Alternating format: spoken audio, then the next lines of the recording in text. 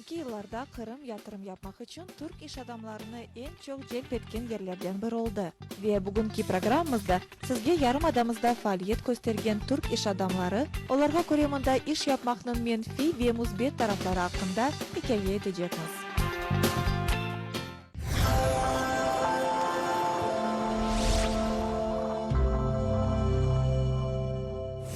Vaqt şerefiniz hayırlı olsun saygılı seyirciler. Sovet hükümeti yıkılgandan son ve Ukrayna devleti müstakil olgandan son Ukrayna birçok memleketlerinin ticari münasebetlerini inkişaf etmeye başladı ve bu Kırım'a yabancı şirketlerinin yatırım yapması için yol açtı. Bugünkü yayınımızda Kırım'da iş alıp bargan Türk iş adamlarının faaliyeti hakkında söz yürüteceğiz. Karadeniz'in karşı yallarında yerleşken Ukrayna ve Türkiye münasebetleri gün-günden qavileşmekte. Zemanevi tarihte bu münasebetler Türkiye Cumhuriyeti kurulganından başladı demege mümkün. 1922 senesi yanvar 2 günü ülkeler arasında kardeşlik ve dostluk anlaşması imzalandı. Lakin Ukrayna müstakil bir devlet olmaganı sebebinden ileride bu anlaşma Türk-Ukrayna bağlarında büyük rol oynamadı. Hatta Stalin'in izolasiya siyaseti ve 2. Cihan Cengi neticesinde komşu memleketler arasındaki bağ koptu. Ve tek 1990 yıldan son Türkiye ile endi müstakil Ukrayna ve ona bağlı Kırım Muhtar Cumhuriyeti'nin aralarındaki münasebetler hususan ekonomik sahada dinamik şekilde inkişaf etmeye başladı. Yıl-yıldan Kırım'a gelip yatırım yapan Türk iş adamlarının sayısı arttı. Endi 10 yıldan çok yarımadada ticaret alıp bargan iş adamı, aynı zamanda Ukrayna, Türkiye, Kırım iş adamları cemiyetinin yol başçısı Ekrem Çağlayan böyle iş adamlardan biridir. Onun esas iş yönelişlerinden biri belli Türk mefruşat markalarının Kırım'da tanıtığı ve satıvıdır.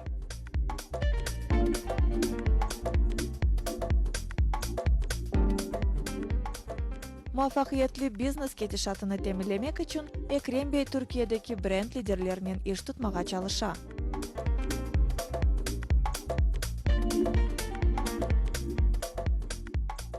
Salonda nümayiş etilgen çoğu markalarının tarihi büyük. Müşteriler ise onlarını en zemanevi dizaynlı ve yüksek keyfiyetli mahsul yapıcı gibilerini bilerler.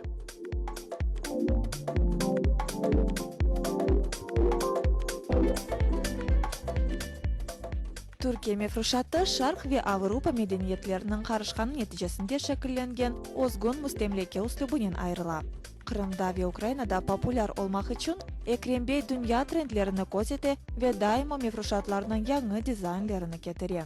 Sovet hükümeti ayrılgandan sonra Ukrayna'ga çeşitli devletlerden iş adamları öz ticaret noktayı nazarları ile geldiler. Onlardan en çoğusu Türk iş adamlarıdır. Bugün bizim misafirimiz Türk iş adamlarının birleşmesinin reisi Ekrem Çağlayan. Hoş geldiniz. Teşekkür ederim. Ekrem Bey, Türk iş adamları birleşmesi ne vakit ve ne maksat ile peyda oldu? Şimdi ne iş alıp arasınız? Buraya getirilen veya dışarıdan getirilen bir malın veya buradan götürülecek bir malın her ikisinde de çekilen yüzlerce, binlerce sayamayacağımız problemleri var. Bu da devletin yapısının Sovyet sistemin daha kendisini Sovyet sisteminden kurtaramadığından dolayı güçlükler var. Bunları yenmek için bir de buradaki iş adamı arkadaşların bir araya gelip birlik içerisinde olmaları için bu derneği daha önce kurulmuş dernek vardı. Ben şimdi başkanıyım. Evet, görünüyor ki şimdi Kırım'da Türkiye'den gelgen iş adamlarının sayısı hep artmaktan, ama sizin düşüncenizge göre Kırım'da çalışmaya kolay mı, kıyın mı? Ve kıyınlıklar olsa onlar neyle bağlı? En büyük zorluk gümrükte. Cuma günü Türkiye'den bir misafirimiz geldi.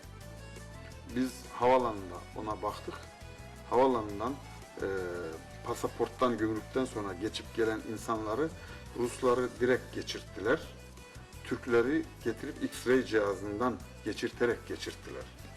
Ve Türkiye'den gelen malların tamamının üzerinde çok ciddi incelemeler var. Gümrüklerde akıl almaz uygulamalar var. Biz mobilyada getirdiğimiz biz çok Türkiye'nin ciddi firmalarıyla çalışıyoruz. Dünya markalarıyla çalışıyoruz mobilyada. Bunların yanlış veya eksik fatura vermesi mümkün değil. Çünkü devletten KDV iade aldıkları için NDS burada dedikleri KDV iade aldıkları için faturayı tam kesmekten başka çareleri yok kendi menfaatlerine. Burada o bizim getirdiğimiz faturaları bazen 3 ile, bazen 4 ile, bazen 5 ile çarparak KDV'lendiriyorlar. Biz getirdiğimiz her ürünün şu mobilyanın kendi mal değerinin aynı değerinde gümrük ödüyoruz. Gümrük yok burada. Mobilyaya 0 gümrük var ama KDV'yi öyle yükseltiyorlar ki bu koltuk 400 euro, gümrüğü de 400 euro. Dünyanın hiçbir yerinde böyle bir şey görülmüş değil. Bunu bir türlü geçemiyoruz, çözemiyoruz. Diğer sektörlerdeki arkadaşlarımız da aynı gümrüklerden çok rahatsızlar. Ticaretin qaysi bir yönelişlerge daha çok dikkat ayırasınız? Ticaretin her alanında insanların çalıştığını, derinlemesine baktığınızda her alanda insanların çalıştığını görüyorsunuz. İnanın tahinden pekmezine, zeytinine, bulguruna, makarnasına, lokumuna, sucuğuna kadar akıl almaz Türk ürünlerini getirip burada pazarlıyorlar. Bu da çok enteresan. Yani bunları çok yüklü miktarda getirmiyorlar belki ama parça parça getirip burada bunları pazarlıyorlar. Bunlar da Türkiye'nin mallarının buraya gelmesinin bir yoludur.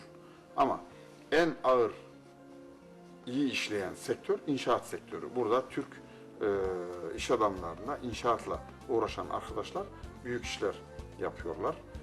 Bunun çok büyük örnekleri var. Yalta'da, Aluşta'da, Yevpatorya'da, hatta eğer Kırım'ı çıkıp Ukrayna geneline bakacak olursak çok büyük iş adamlarımız inşaat sektöründe çok güzel işlere imza atıyorlar. Ekrem Bey, şimdi o kadar mesele getirdiniz gözümüzge ama bir Türkiye'den Kırım'a gelgen iş adamlarının sayısı arta. Neden? Yalnız Ukrayna'da değil, dünyanın her yerine Türkler gidiyorlar. Ticaret yapmaya çalışıyorlar, iş kurmaya çalışıyorlar ve giden bu Türklerin de %80'i başarılı ve ben insanımızı çok takdir ediyorum. Her birisi bu ülkelerde kazandıkları paraları eksiksiz alıp gelip Türkiye'ye devletin bütçesine katkıda bulunmak için Türkiye'ye getiriyorlar. İnsanımız söylediğim gibi göçebe bir ruha sahip. Durduğu yerde durmuyor. Geziyor, çalışıyor, gidiyor, iş kuruyor. Hiç kimse çalıştığı yerde işçi olarak da kalmıyor. Hepsi o işte biraz çalışıyor, sonra kendi işini kuruyor, patronu oluyor ve işini büyütüp gidiyor. Ben Türk milletinin özelliğine bağlıyorum bu gelmeleri. Durmaz bu gelmeler, daha çok olacak.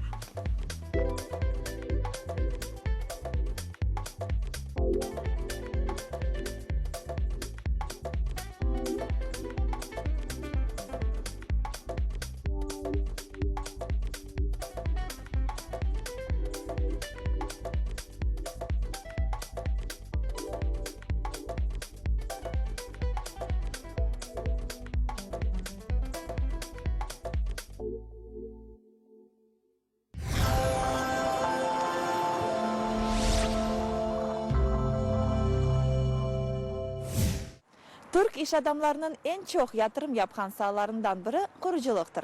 Kırım'ın çeşit şehirlerinde en kısa zaman içinde o'sgan zamonaviy binalar, ev, oteller ve restoranlarının çoğusu Kırım'daki Türk kuruculuk şirketleri tarafından yapılgan.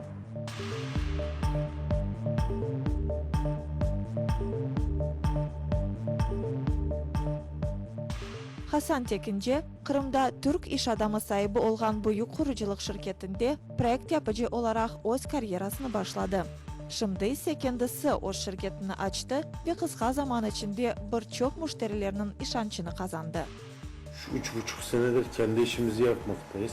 Burada genelde yapsat yapıyoruz, konut yapıyoruz. Kendi işlerimiz var, müteahhit olarak yaptığımız işlerimiz var. Moskovalı işverenlerimiz var. Burada işverenlerimiz var, burada işverenlerimiz var. Yaklaşık 120 kişi bünyemizde çalışıyor. 120 kişi bünye. Şu ana kadar toplam 500 tane yakın konut yaptık ve yapmakta olmaktayız, bitirmekte olmaktayız. Yaklaşık 70-80 bin metrekare inşaat yaptık.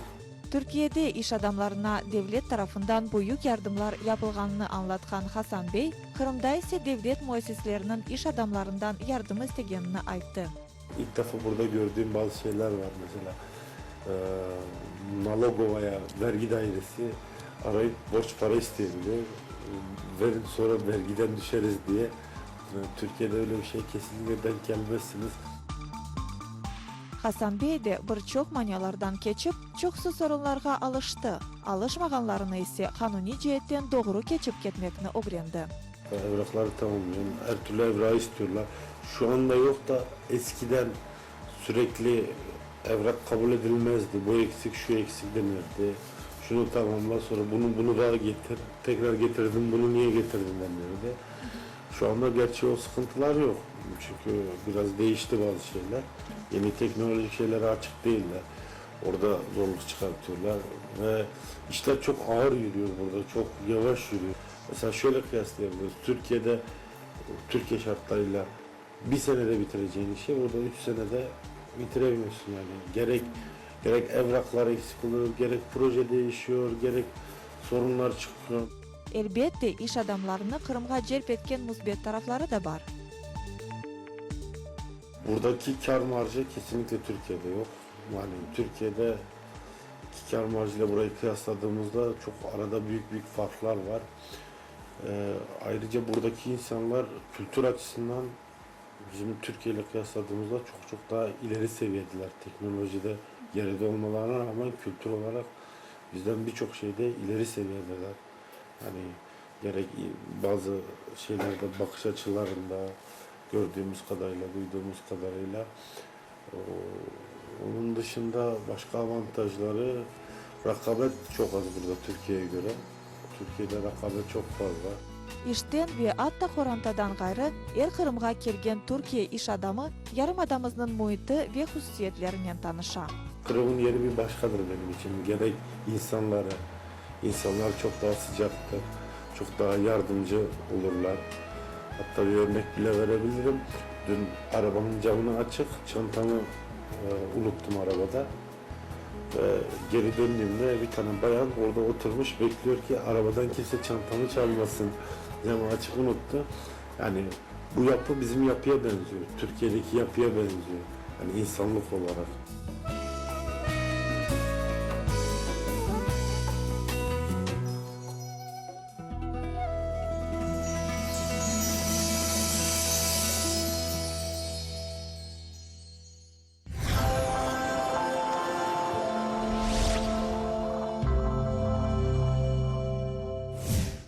Aziz dostlar, kimsege sır değil ki çoğusu Ukrayna vatandaşlarımız tatil için Türkiye'ni saylalar. Bu elbette deniz ve güneşten gayrı Türkiye tatlıları sebepçi olalar. Çünkü en lezzetli tatlılar gerçekten de anda yapılan. 15 yıl evvelsi Türkiye iş adamı Yusuf Bayrak bu zanaatını ve sanatını mında getirdi. Endi ise Kırımlılarda bu acayip lokumların lezzetini bakmağa mında da imkanı var. Buyurunuz.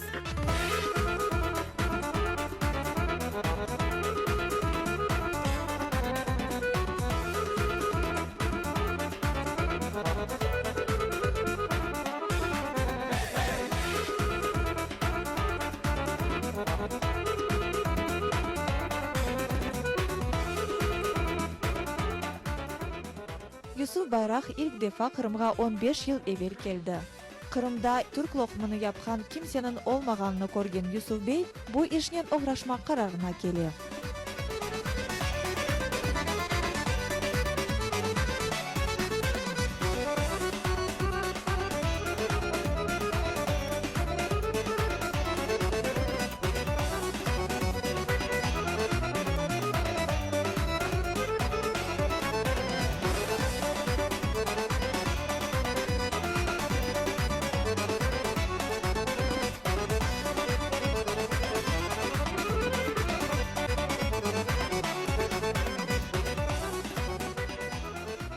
Ukrayna tarihinde ilk Türk lokumunu yapan biziz. Yani Türk olarak Ukrayna'da ilk Türk lokumunu yapan biziz. Tabii bilgi tecrübemiz de bu kadar, şimdiki kadar değildi. babadan da böyle bir meslek olmadığı için zorlukları yavaş yavaş aştık tabii, ama her zaman için şunu biz kendimize ilke edindik. Kaliteli ve çok çalışmak. Yani gün 24 saatte biz 15 saatini işimizin başında durarak tabii bugünlere geldik Allah'a şükür.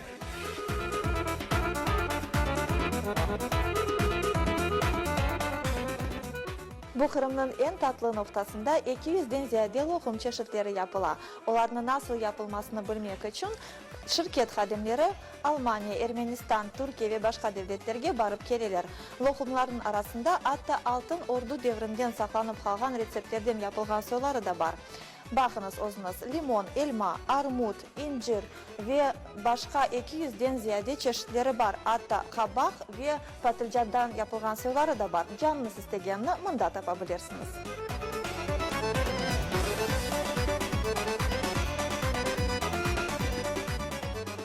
İki kere Ukrayna'dan sürülgen, pek çok kıyıncılıklarla karşılaşkan iş adamı, yine de Kırım'da iş yapmak fikrinden hiç de vazgeçmedi. Biz burayı artık vatan bildik. Yani bizim vatanımız, atalarımızın, dedelerimizin toprağı. Yani bir tek Türkiye değil bizim için ana vatanımız. Burası da bizim vatanımız.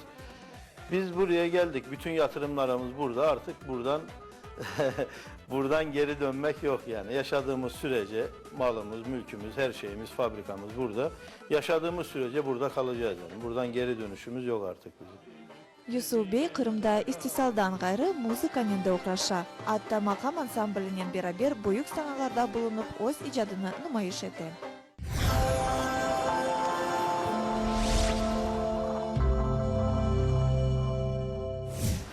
Aziz dostlar, şimdi biz Kırım'ın en lezzetli noktalarından birinde duramiz.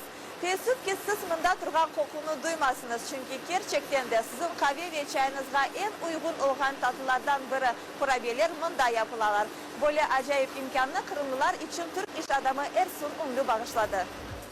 İstisalcı Ersun Unlu Türkiye'de de peçenye yapığı ve Kırım'a ihracatının uğraşkan. 2000 senesi Ukrayna'ga kelgen Ersun Bey bir seneden sonra Kırım'da yerleşi ve mında kurabiye fabrikasını kura. Bugün mında yapılgan Türk peçenye çeşitleri bütün Ukrayna'da hatta çet elde de satıla. Kırım'da en fazla vergi veren benim. Gıdada, Ukrayna'da herhalde 2 veya 3.'üyüm en fazla vergi veren. Benim prensibim şu. Ben kazanıyorsam herkes payını alacak. Ersun Bey fabrikada çalışkan işçilerinin bugününü ve geleceğini özünden çok düşünüyorum. Şimdi burada üretim düştü, arttı. Beni fazla etmiyor. Beni sadece düşündüren işçiler. Ben bugün 80-100 işçi çalışıyorsa 200 çalışsın, 500 çalışsın. Bunlar devamlı çalışsın. Ben şimdi üretim azaldığı zaman ben o işçiye izin veremiyorum ki yani. Ne diyeyim adama, sen şimdi iyi çalışırken şimdi durdu git evde yat. Adamın ihtiyacı var, onun paraya ihtiyacı var, onun planları var, ödemeleri var. Ben onu düşünüyorum yani.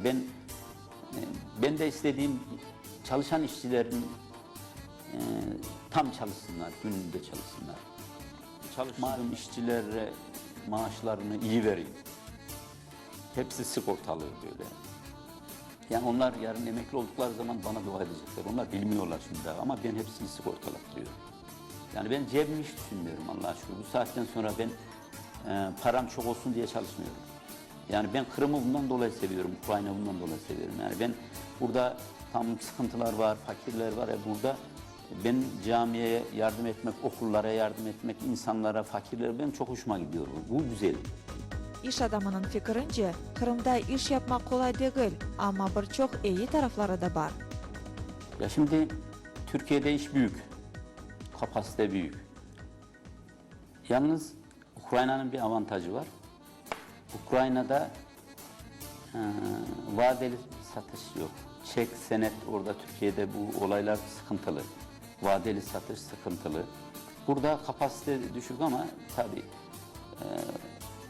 Ukrayna daha avantajlı bu yönde. Ticari yönde daha avantajlı. Rekabet Türkiye'deki fazla yok. Türkiye'de imalat fazlalığı, üretim fazlalığı çok. İhracata yönelik çalışıyorlar. Durduğu zaman Türkiye'de sıkıntı olur. İhracat iyi olduğu zaman Şu anda mesela Türkiye'de çok iyi. Niye? Tabii Ukrayna bir de sanayicisini destekliyor. Tamam kanunları biraz bürokrasi fazla ama sanayicisini destekliyor. Dışarıdan ithalata gümrükleri arttırıyor. Bu güzel bir olay. Ersun Bey de diğer Türk iş adamları gibi Ukrayna'ga daha çok yatırımcı celp etmek için ilk evvela kanunlarının değişmesi gerekliğine dikkat çekti.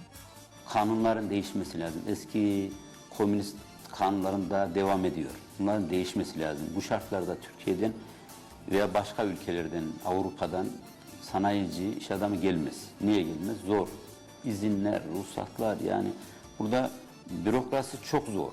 Serbest piyasa ekonomisine uygulanması lazım. Avrupa'ya entegre olmak lazım. Aziz dostlar, işte kurabiyeler mından yapılmaya başlay. Hamur tepeden bu kazanğa düşüm ve yolaktan uç oklavını geçim. Uç oklavdan geçkenden sonra hamur gereği kadar incelikini alar ve hamurga tamamında şekil verilir. Gördüğünüz gibi sevgili dostlar, hamur ziyan olmay ve Kenya'da işletilgen hamur ikinci katta koparılıp yanından tekrar kazanğa düşüyor ve Kenya'da işletilir.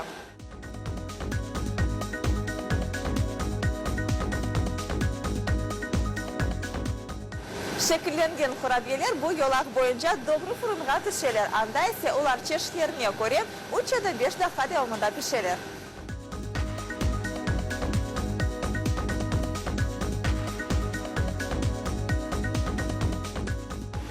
Bunda kullanılan makinelerini de öz vaktinde Ersun Bey'in Türkiye'deki şirketi işlep çıkardı.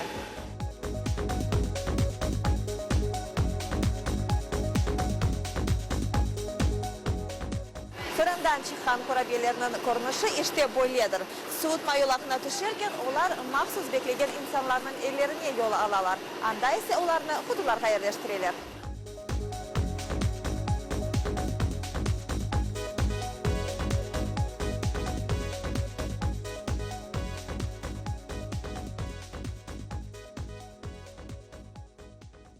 Sayılı teleseyirciler, gerçekten de Kırım'da birçok Türk iş adamı olganına biz endi çoktan beri alıştık. Onlar mında kereler şirketlerini kuralar, çok saatte evleniyorlar. Ama öyle bir Türk iş adamlarından yekeni mında öz ailesini getirgen soyu Ersun Umlu'dur. Bugün biz onların ailesinin misafirindeyimiz.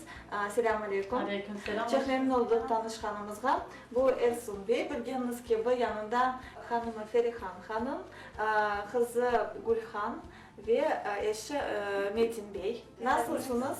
Teşekkür ederim. Kırım akşamları nasıl geçiyor sizin için? Kırım akşamları, akşam işten geliyoruz. Yemeğimizi yedikten sonra ailece oturuyoruz, sohbet ediyoruz. Böyle bütün ailenin beraber sık mı ola öyle bir Tabii şey sık oturmalar? olmaya çalışıyoruz. Hafta içi devamlı çalıştığımız için hafta sonları genellikle beraber oluyoruz akşamları. Ama gerçekten de Türkiye'den öyle bir beraber gelgeniniz, bu hiçbir kıyınlarga bakmadan beraber vakit olganınız bu mühimdir, gerçekten de önemli ve çoksu bunu yapmaz. Nasıl öyle bir kararga geldiniz? Bu kimin kararıydı? Ersun Bey'in mi ya da hepiniz bu kararga geldiniz mi? Babamızın kararıydı. Daha sonra biz de karar verdik hep beraber gelmeye. Çünkü tek başına yaşamak burada gerçekten zor. Ailece kalmaya karar verdik ve hala buradayız. 8 sene oldu. Ailenizle de bunda tanıştınız, gerçek mi Gülhan Hanım? Evet, burada tanıştık 4 sene önce. Eşim de Türk. O da Türkiye'den bizim gibi seneler önce gelmiş. Tesadüf tanıştık. Nasıl oldu? Evlendik 4 sene önce. Bu şekilde ailemizi biraz daha genişletmiş olduk. Maşallah. Bilgenime kadar siz başta ailenizin bütün munda getirdiniz, doğru mu? Sadece en küçük kızımız yoktu. Çünkü o da o zaman üniversitede okuyordu. O mecburen kaldı. Diğer Gülhan, oğlumuz zaten ilkokulu Türkiye'de bitirdi. Ortaokula burada başlattık. Böylece ailece geldik. Siz bunda gelip Türk adetlerini kutluyorsunuz mu ve nasıl adetlerini aytıp olursunuz mu? Tabii Türkiye'deki kendi adetlerimizi de burada sürdürüyoruz. Buranın adetlerine de ayak uyduruyoruz. Beraber yadığımız için arkadaşlar var, gidip geliyoruz ama tabii bu arada kendi adetlerimizi, kültürümüzü de Nasıl burada. mesela? Bayramlarımız bizim kendi bayramlarımız. Gerçi Tatarlarla bizim aynı bayramlarımız ama Bayramlarımızı aynı şekilde kutluyoruz. Yemeklerimiz, kendi yemeklerimizi, kendi kültürümüze göre yemeklerimizi yapıyoruz. Misafirlerimizi kendi kültürümüze göre ağırlıyoruz. Bu şekilde. Siz Kırım'a gelgende nasıl teəssüratlar duydunuz? Neni beğendiniz, neni beğenmediniz? İlk geldiğimde en çok bana değişik gelen pazar yerleri, mağazalar. Çünkü vitrinleri hiç yoktu. Mağaza olduklarını bile anlayamıyordu. Ve pazar yerleri Türkiye'ye göre, bizim yaşantımıza göre çok değişik geldi. Burada daha çok halk kendi yetiştirdiğini getirip satıyordu. Halbuki bizim Türkiye'de pazar çok değişik bir sistemde, çok kalabalık, yani çok büyük satış yerleri oluyordu. O çok dikkatimi çekti, çok değişik, garip gelmişti bana. Senin için Gülhan, anne baba geri dönecek demedi mi öyle? İlk başlarda tabii dili bilmediğimiz için sıkıntı oldu. Dilini öğrenmeye başladıkça, insanları tanımaya başladıkça aslında bize çok yakın olduklarını, adetlerimizin benzediğini, annemin de söylediği gibi birbirimizi anlamaya çalıştıkça, mesela Tatar arkadaşlarımız var. Onlar da bizim gibi Türkçe konuşmaya çalışıyorlar. Zaten Tatarca ile Türkçe birbirine çok benzediği için çok fazla zorluk olmadı. O açıdan biraz şanslıyız yani dil olarak. Mesela ya siz için? Küçük kardeşim Türkiye'den gelmişti. Abi dedi, koştu geldi yanıma, dedi ya bu insanlar yamyam gibi dedi. Dedim ne oldu? Ablam çiğ balık, kurumuş, küflenmiş balık yiyorlar dedi. O kuru balıkları bizim Türkiye'de öyle bir şey görmedikleri için, hani hep pazar yerlerinde falan da satıldığı için de kokusu da çok alışık bir koku olmadığı için o bana çok acayip gelmişti. Abi bu insanlar küflü balık yiyorlar, onlar şey mi diye konuşmuştu. Ya siz Ersun Bey, ailenizi mi de getirdiniz, korkmadınız mı? Nasıl bir kıyımlıklarla rast geldiniz? Yolunuzda manyalar var idi mi? Şimdi burada herkes sakin. Benim mesela dikkatimi çeken, arabalar hiç kimse kimseye korna basmıyor.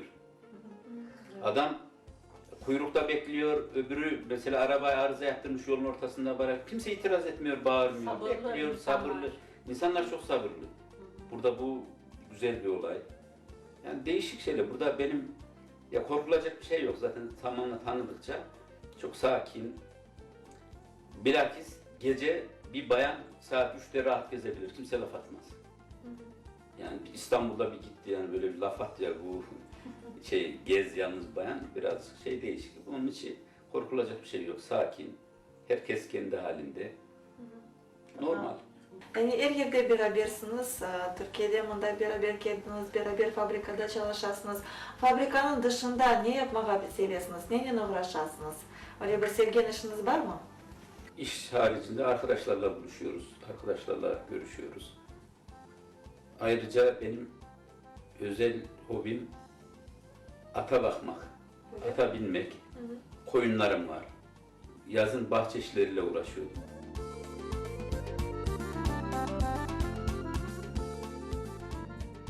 Yazın işte böyle pazar günleri falan deniz kıyısına gidiyoruz, dolaşıyoruz temiz hava almak için. Yalta, Aluş'ta veya Sivastopol, işte bu deniz kıyılarında, sahil kesiminde biraz hava alırız, yürüyoruz. Orada böyle biraz spor. Başka da işte kış aylarında hep bu şekilde devam ediyor yani. Kırım'ın havası güzel olduğu için Evet. Bir de Kırım'ın güzel olduğu için. havası çok temiz gerçekten. Çok güzel havası var. Sağlık için çok faydalı olduğunu inanıyoruz. Yani zaten Kırım'a gelmeden de duymuştuk havasının çok temiz olduğunu. O da çok hoşumuza gidiyor yani. Temiz havada yaşamak şans. Evet. Çok sağ olunuz sevgili seyirciler. Biz bugün Türkiye, Kırım'da çalışan Türkiye iş adamı Ersun Bey, onun ailesinden misafirlikte bulunduk. Onlar bizni pek sıcak karşıladı. Çok sağ olunuz. Siz de sağ olun. Yine bekleriz. Teşekkür ederiz. Çok Sağ sağ olun. olun. Görüşmek memnun üzere. olduk.